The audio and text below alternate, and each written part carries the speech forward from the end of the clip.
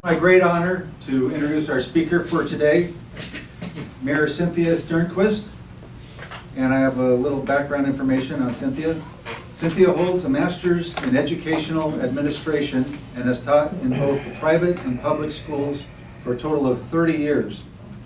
Her recent years in education were spent teaching in a model alternative school for junior high students who are pregnant, recently incarcerated, or unable to be successful in a regular educational environment. That's a mouthful. Yes. Before her recent retirement from education, Cynthia served as literacy coach and mentor teacher for the First 5 program in the Mountain View School District in El Monte, California. She has received numerous educational awards, was selected as one of 2 teachers to represent the U.S. at International Space Camp in Huntsville, Alabama, awarded to participate in 2 Teaching American History grants in which she attended a 2-week academy in Colonial Williamsburg, and another on Civil War history held across the Civil War battlefields and ending in Washington, D.C. Cynthia was also selected to participate in the On My Honors Educational Academy held at the courts in San Francisco to foster civic engagement in our schools. Cynthia served as a Parks and Recreation Commissioner for 19 years before moving to the Planning Commission for 3 months and then appointed to City Council to fill Dave Capra's term when he left office in 2009. She was then elected to City Council in 2011 and is 6 months into her term as mayor of Temple City. So let's give a warm welcome to Cynthia Sterquist.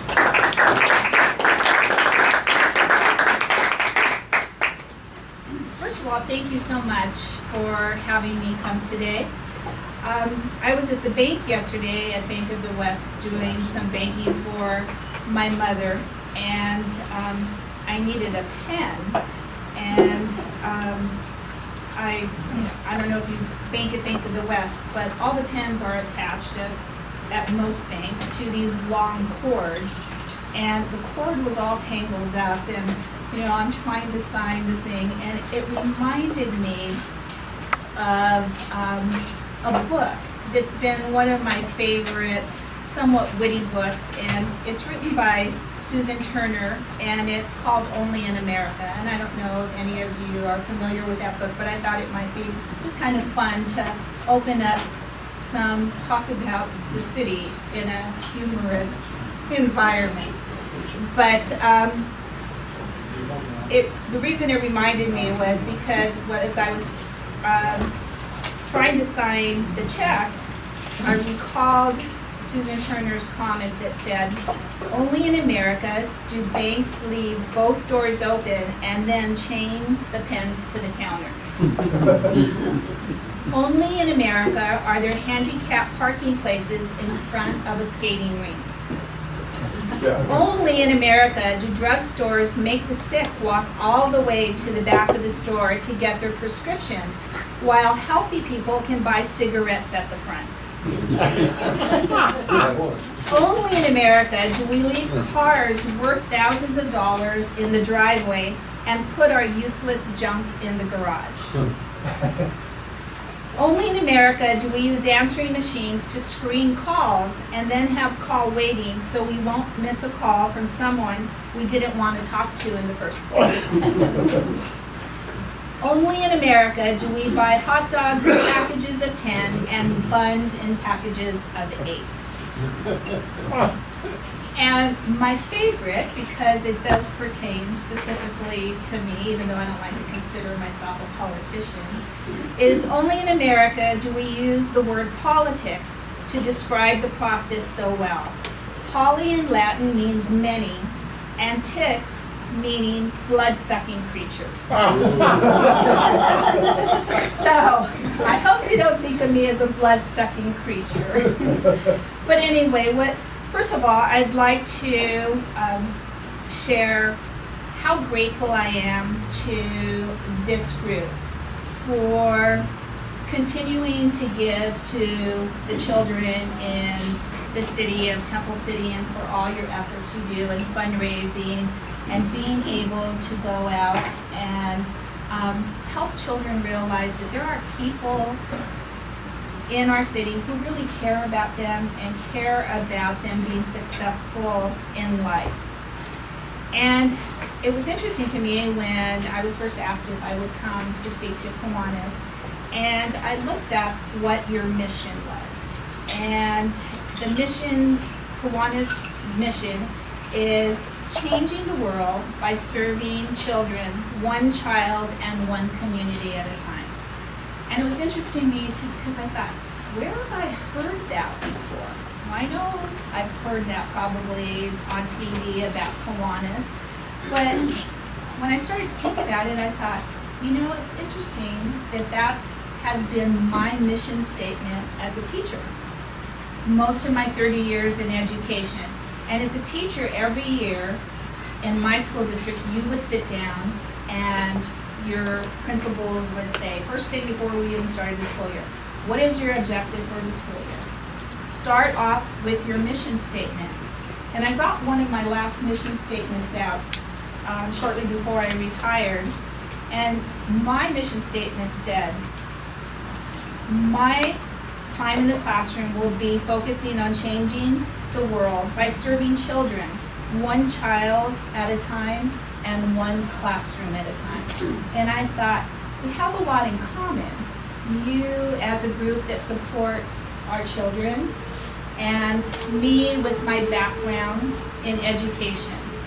And that is what I hope to bring to the city. Not only during my term on city council, but most definitely this term that I have as mayor.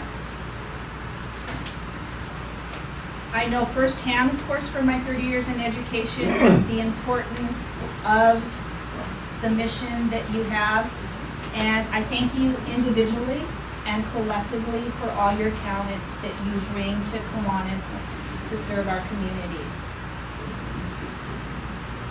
For me, it's really a service of love, serving as mayor. Our city geographics, it's a boundary where people come together to self-govern, to take care of our community, to take care of our safety needs. And it's a place where we have numerous ordinances. Sometimes it seems like too many ordinances, but they are there to help us have a better quality of life in Temple City. As the mayor this year, when I took over in March as mayor, I made a commitment to myself and this community to talk to the people. And the way that I've approached my term as mayor in the past 5.5 months has been to actually work with our staff to develop programs that really talk to the community, but they talk to the community through action and by getting people engaged and involved in their community. And hopefully some of the things that the staff and I have helped to develop this year will be things that are long-standing and that our future generations in this community will reap the benefits from. And literally the day after I was installed as mayor, I began to work with our city staff on trying to develop some programs that I felt would very much work into what we are now calling complete neighborhoods. And if you're familiar at all with any of our city websites or our Connect magazine, you'll see this term over and over again, complete neighborhoods. And that is what the city council and the programs that I've helped to develop this year will hopefully bring to the forefront. So one of the ways that I started to get involved with our community is the first order of business was, well, let's work on getting our community healthy. You know, we can have a very sustainable community, but if we're having to put a lot of resources into our programs for seniors because they're not well, we need to educate them on the services that are available to them throughout our networking capabilities in the city to get people healthy. And as a result of those talks came a suggestion from one of our staff members Cindy, why don't you do the Mayor's Biggest Loser campaign? And I said, well, you think I'm overweight? Do I need to be, kind of the face of the city but lose a few pounds? And they said, no, it's just part of getting everybody healthy.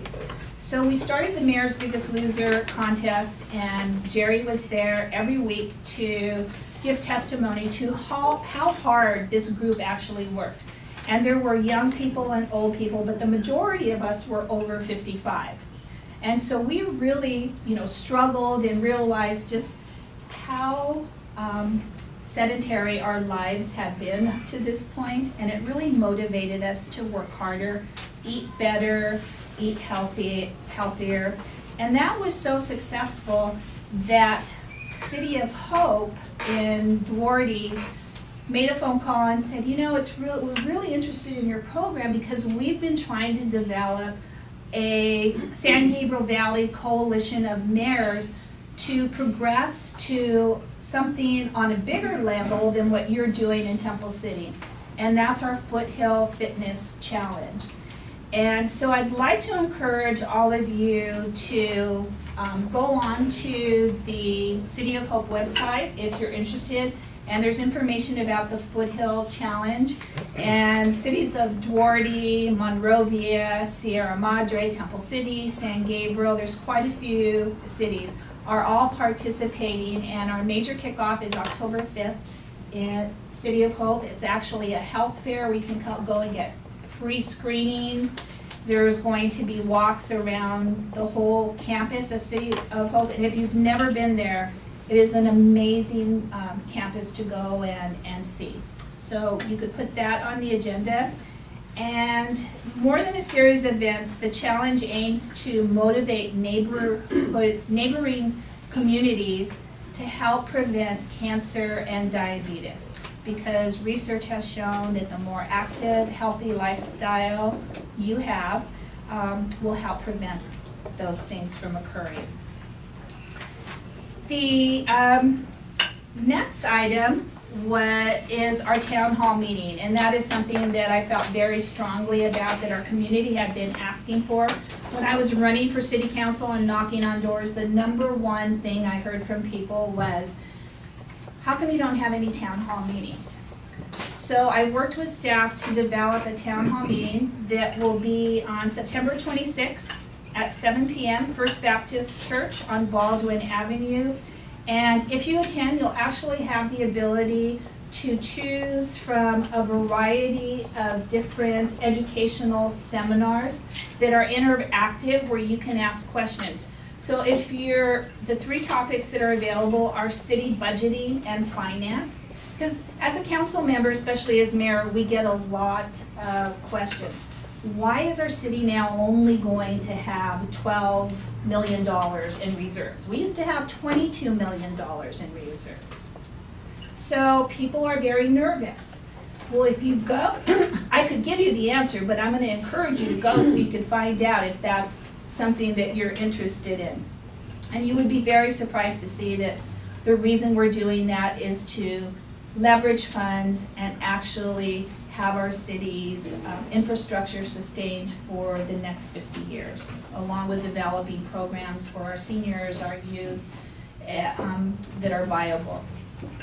The other would be community preservation.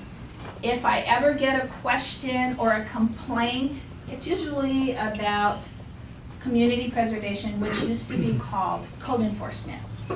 Your trash cans are left out on the side of the house, they're visible, your grass is overgrown, your hedges are too high. Whatever it may be, people don't like the word code enforcement. So our city staff creatively changed it to community preservation.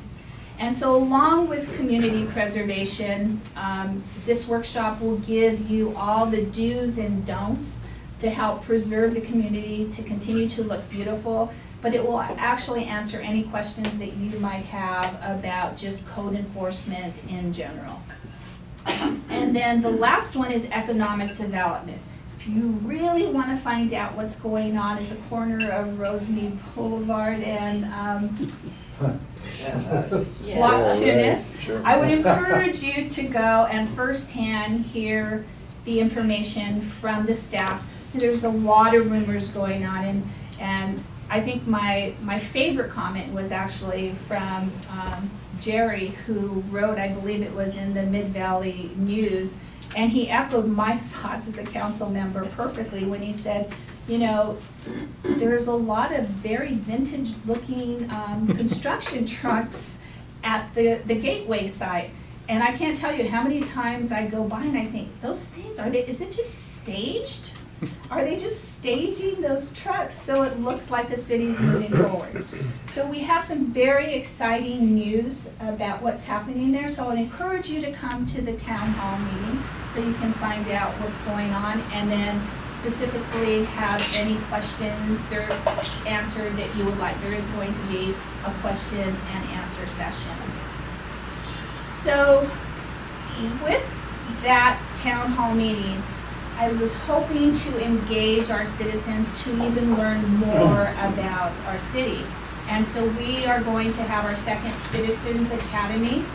And the Citizens Academy is a free interactive civic education program for people who live or work in our city. And it's divided up into, I believe, 6 sessions where they go into depth about specifics like code enforcement, finance department, community development. And the deadline to register for that is September 27th, and the program starts on October 10th. And I'm not sure what day October 10th is, but if it's Thursday, then they're all on consecutive Thursdays unless there's a holiday. It is a Thursday? That's a lucky guess.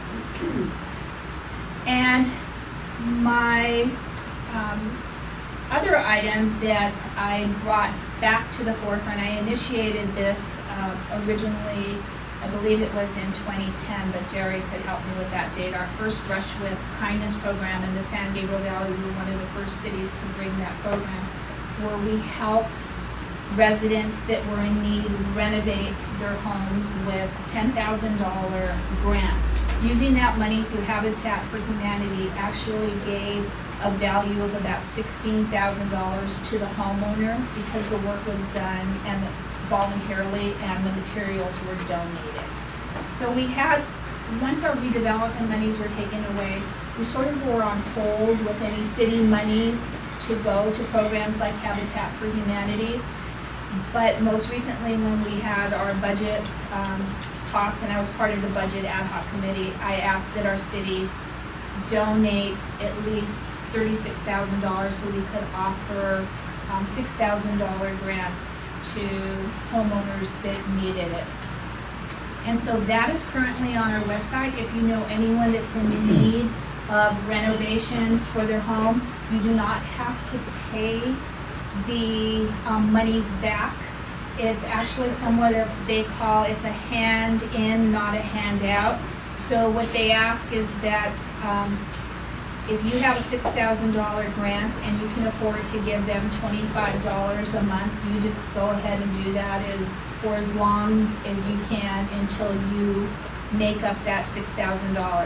That $6,000 is then reinvested into the Habitat program, so it becomes a perpetual donation from the city. It just continues to go on and on and on. Then, let's see, those things are actually in place right now. Some things that are on the forefront that I have initiated and will take place this year is our Home Beautification Awards. And it's no secret that the city's appearance affects economic development. If you're a business owner, are you going to want to invest in a city that looks run down, where storefronts are not maintained, homes are not maintained? You might think that's not the best place to put your money. So one of the ideas, or even the surrounding areas, the residential areas. So we are going to initiate a program that will begin in October 1st, where residents can nominate another resident or a few residents, or you can nominate yourself too, if you think you're doing an exemplary job and that your home just looks beautiful. And the first award will be for fall colors. So it's a home that's just blooming with color. And you will receive some special gifts from the city, but more than that, you actually get a beautiful, with our new city logo, metal sign, like a campaign sign, that is just basically bragging rights to everybody around you. But, and then we have a Water-Wise month, which will take place towards summer. I forget what the other two categories are, but I thought it was a fun way to actually enhance what we're calling community preservation. We get a lot of tickets and send a lot of notices to people who just aren't doing what we think they should do in the city to follow our ordinances. So why not reward people who really take pride in their homes or businesses by giving them something that they can be proud of and that their neighbors can maybe get motivated and say, well, I want that sign next year, so I'm going to try a little bit harder.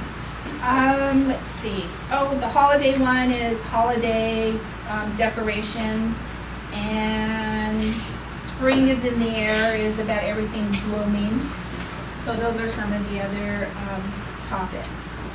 So in order for us to get the kind of businesses and jobs that we need here in Temple City, the first thing we have to do is be positive of our city. And I think we all know we went through a period where we didn't have a whole lot of bragging rights about things that were happening in our city that were good things. We were in the newspaper for the wrong reasons. And I can't tell you how many conferences I would go to, and Temple City was the poster child for what not to do in your city, what your local government, local officials should not be doing. So I think we're at a place now where we're hearing positive things. It's groups like you that support the functions of the city, that come out to our concerts in the park, provide the ice cream and raise some funds. But it also shows the community that our groups think what we're doing is important too. So I think being positive really is a conduit for positive change in our city. And lastly, I'd just like to thank you for your continued efforts to enhance the quality of life for our residents in our city, and for giving me the idea to share, the time to come and share what my initiatives for this year are, and just hope to continue to be a very engaged and present mayor representing your city. So thank you, and if there's any questions anybody has, I'd be about anything. Might not have the answer, but I can refer you to whom might. So are there any questions from anyone? Jerry. As an alumni of the Citizens Academy, I would certainly encourage everyone to possibly go. The one thing that really made an impact upon me was the session called Where Do the Benjamins Go? And, we all pay our home bills and that kind of stuff, but to pay $900,000 a month in bills, that's another story. So it's always interesting to see where the money goes, how it's spent, what is paid to Athens for street sweeping and all that kind of stuff. It's all in there. So if you want to find out everything, it's a wonderful way to go. I thought Athens donated that service. No. No, it's charged. And if you want to just if you can't commit to 6 weeks, you can always go to the town hall meeting and have the mini version. And if that sparks your interest enough on city finances, then you can go ahead and attend the 6 weeks. Where is the registration for It's the Citizens Academy? on the city website, and actually in your Connect magazine, there is, I believe, 1 or 2 pages dedicated to the Citizens Academy, and it has all the information about where you apply. And you can pick, I think you can apply online, but I'm not positive. You can. Can you? Okay. Anything else?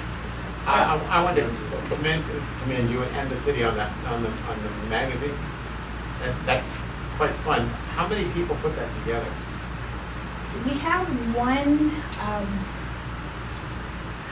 I guess he's an occasional writer, and his name is Nathan. I cannot think of his last name. So he collaborates with our city staff of 3 other employees to help put that together. Sometimes he'll write one, I believe he wrote the recent article on the libraries that's in the Connect magazine. But there's others where if you look at the taglines, it'll say by Wendy Chung, or sometimes Wendy Chung and Chelsea Wood, which are employees. So it's actually edited by our city manager and Brian Haywood, our assistant to the city manager. And then the articles input from employees. They Yes. will be receiving another award, I think, next month again, too. It's actually, I believe, it's the APA Awards, and they are in Visalia, California. Right. And so they will be receiving, I think it's I can't recall it. The first one they received was a local awards, and then you submit your application that you won the local award to the next level. And then I believe maybe it's state and then it's national. So it's a progression, but so far we've been come in first place, so we're very excited about it. Did you like the cover? I did like the cover. It's 2,900 of my photos they used Really? All to put make that together. cover. It's I was just amazing. gonna ask That you how is many that amazing. was. 2,900. Doesn't look like it, but it is. And people can actually make them out. I don't know how they can. Yeah, there's certain ones you can. Yeah. It is amazing, so thank you, Jerry. I'm for sorry your for contribution interrupting. to that. Go Yes. ahead.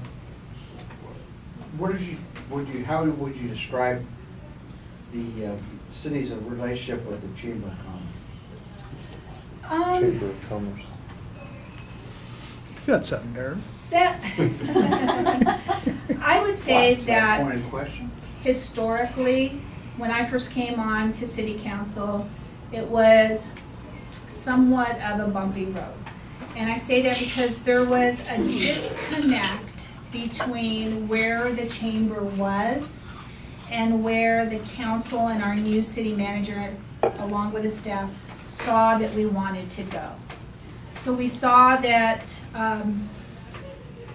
pretty much our chamber for many years had pretty much been status quo, doing things a certain way, and we knew that we had to reach a different level.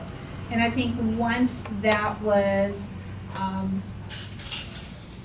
communicated to the people in charge of or that were running the chamber, you know, there were some people that thought they just couldn't do it with, or some of the people that were currently involved really didn't want to have to go to the next level along with the city. So then we had a change in, with the, is it he called the president or CEO? CEO. CEO of the chamber, and he had a lot of buy-in, especially from our liaison on city council to the chamber. He thought he was really, you know, moving in the best direction for the city, making it not a social, more of a social environment, but more of a business climate. So that seemed to be going well for some time. And then I would say in the last 3 to 4 months, there have been rumblings from our liaison and, you know, from just people who would come up and say, do you know what's going on in the chamber? And really, unless you're the liaison, we're not as council involved very much with the chamber. We get reports when they come to our city council meetings on what's going on.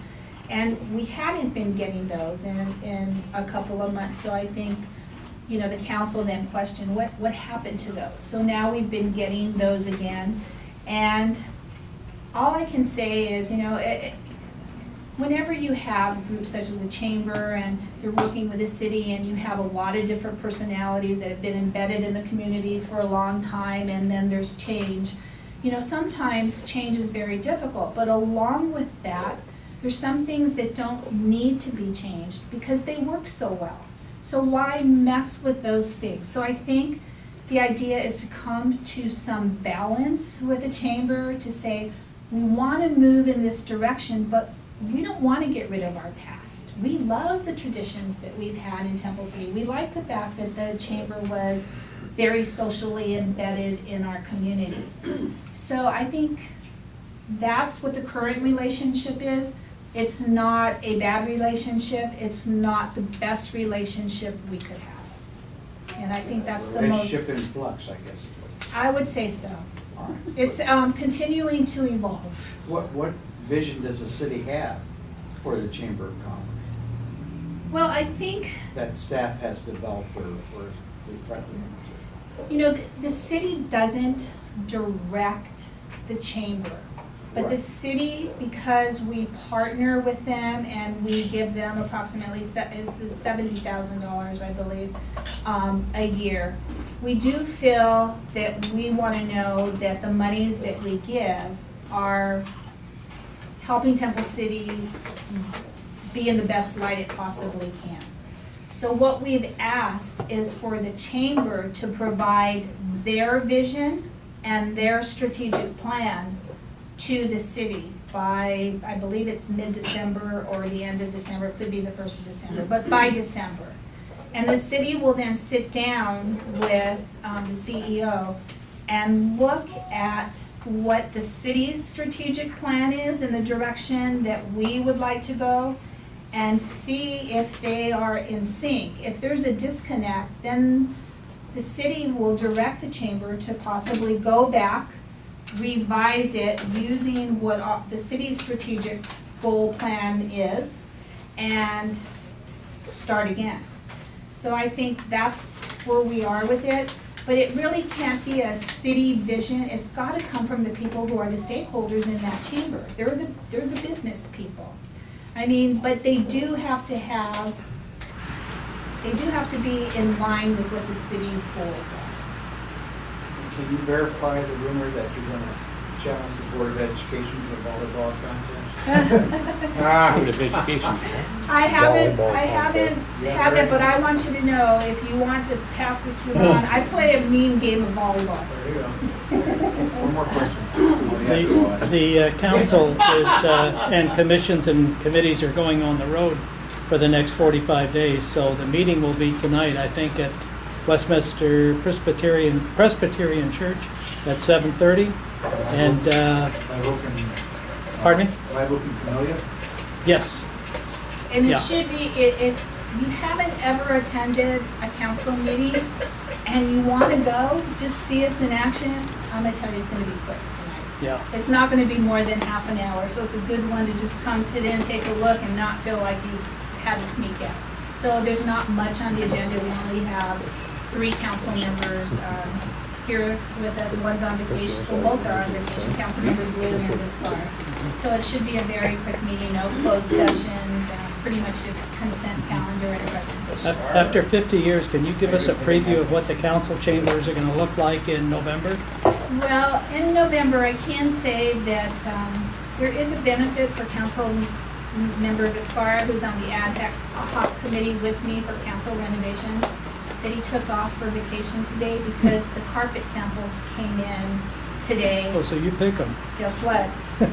I got to pick them. I can say that it is, I have not seen it, but I've heard that our dais is going to be envied by every council in the San Gabriel Valley. The carpet looks beautiful. We have brand new chairs for comfort for the people that come to our meeting. They actually have cup holders. You can only bring water into the council chambers, but they're kind of modern chairs that where the cup holder, you know, in the movie theater, they're side by side, the cup holders. And sometimes you're like, whose cup holder is it? Is that my drink on the right or on the left? Well, here, your cup holder goes in front of you. So it's actually in the seat in front of you that faces back. So it's a pretty unique, kind of a clever way, I guess, of being able to provide cup holders. Can we have your old stuff? You know what? You're welcome to it. You're welcome to it, but there's no padding, as Jerry would attest to, right? Yeah. Henry, I have a Yes, question. Henry. How is the city providing housing for our young people, our young couples? Our young couples are disappearing from Temple City. My family has disappeared to other regions. And our city is not allowing everything what's available is being diminished. And it's not Temple City anymore.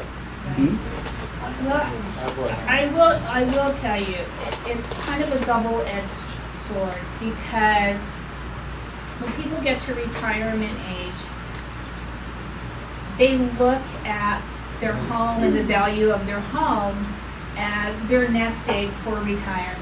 So we all very much appreciate that the average home in Temple City is $558,000. I'm going to tell you, with a husband who makes his work for 30 years, a substantial salary, and my retirement, I would have a hard time going out and purchasing a $558,000 home, plus paying $500+ per month on just property taxes, because the property taxes will kill you. So you have that dilemma. If I went to, say, someone who wanted to sell their home and said, would you be willing to sell this property for less of a value than what you could get, but we're going to make it affordable housing and we can do something to alleviate some of the taxes, 9 out of 10 people will say no. That's just the research that's provided, nationally. People don't want to give up the value of what their homes are, especially in an area like Temple City where we're very high priced. We don't have enough land in this city because we're landlocked to take any property by eminent domain and then actually put up senior housing or affordable housing. When Brush with Kindness first came up, people were like, why are you doing that's affordable housing? Why are you trying to, build affordable housing? Affordable housing comes with all this negativity. Like you're gonna get low-income people who don't take care of their property, there's graffiti. That's not necessarily the case, but those are the dynamics that play into that. You have people who won't take less for their money to develop affordable housing, and we have great schools, and we have an influx of the Asian community who's willing to pay high prices for our homes. So that's the dilemma, is how do you come to a medium where you can provide affordable housing? By law, we have to provide affordable housing. There's RENA numbers that the city has to meet, but that's true of all cities around us, and nobody's able to do it. The only place that you can probably find affordable housing is out towards Victorville, San Bernardino County, Rancho Cucamonga, some areas of Rancho Cucamonga. Watts. So I think that's the dilemma. It's not for the city not wanting to do it. They just don't have the means to do it, or they'd have to take homes by eminent domain. And if I came to you and said, I'm going to take your house and give you fair market value. I burn it down, sell the vacant lot, get my money, and move out of town. So that's what happens. People sell their homes, move out, prices continue to rise, and young people can't afford it. My children could never afford to move into Temple City. What they're banking on is that they go to the bank with parents. This thing of parents is closed. Okay, we're running over. Okay, but thank you so much, and I appreciate it. As you know, Temple City is only camellias, and we're known as the Camellia Club. So I'd like to present you with a camellia bush for coming today. Thank you very much for coming. Camellia weed. Thank you. This is the shade plant, right? Oh, it's Yeah, so no, no, no,